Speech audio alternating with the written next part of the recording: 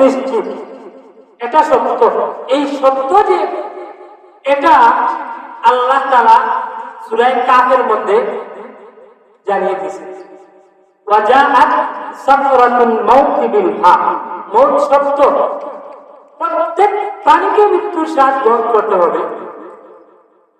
এই যে তামাম পৃথিবীর মধ্যে যা কিছু আছে, মানুষ বলো, প্রাণী বলো, প্রাণী জগতের যত ধরনের প্রাণী আছে, সৃষ্টি জগতে যা কিছু আছে সব কিছু ধ্বংস হবে, কোনো কিছু থাকবে না। আর মানুষ এই পৃথিবী ছাড়ার মাধ্যমটাই হলো মৃত্যু।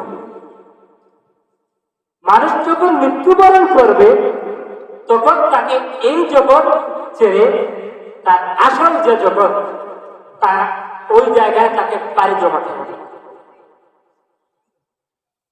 এজন্য আল্লাহ তাআলা বলেন, কুল্লু নাফসিন যায়িকাতুল মাউত, প্রত্যেক প্রাণীকে মৃত্যুর স্বাদ গ্রহণ করতে হবে।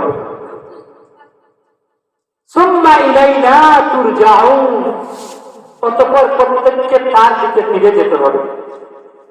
অনেক সময় আপনারা জানেন, যখন আমাদের এলাকার মধ্যে কোনো ব্যক্তি দুনিয়া ছেড়ে চলে যায়, আল্লাহর ডাকে সাড়া দিয়ে দুনিয়া ত্যাগ করে ফেলে, তখন আমাদের আত্মীয়রা মসজিদে ইমাম সাহেবের কাছে যান, ইয়া বলেন যে অমুকের বাবা, অমুকের বড় ভাই, অমুকের ছেলে দুনিয়াতে নাই, এলান হবে। ওই এলানের শুরুতে যে কথাটা বলেন তাও সূরা বাকারার আয়াত। সূরা বাকারার মধ্যে আল্লাহ তাআলা বলেন, ইন্না লিল্লাহি ওয়া ইন্না ইলাইহি রাজিউন। সূরা বাকারা পারা নাম্বার 2, কুরআনে কারিমে 2 নং পৃষ্ঠার শেষে এই অংশটুকু কুরআনে লেখা আছে, ইন্না লিল্লাহি, নিশ্চয় আমরা আল্লাহর জন্য, ইন্না লিল্লাহ, নিশ্চয় আমরা আল্লাহর জন্য, ওয়া ইন্না ইলাইহি রাজিউন, আবার তার দিকে আমাদের ফিরে যেতে হবে।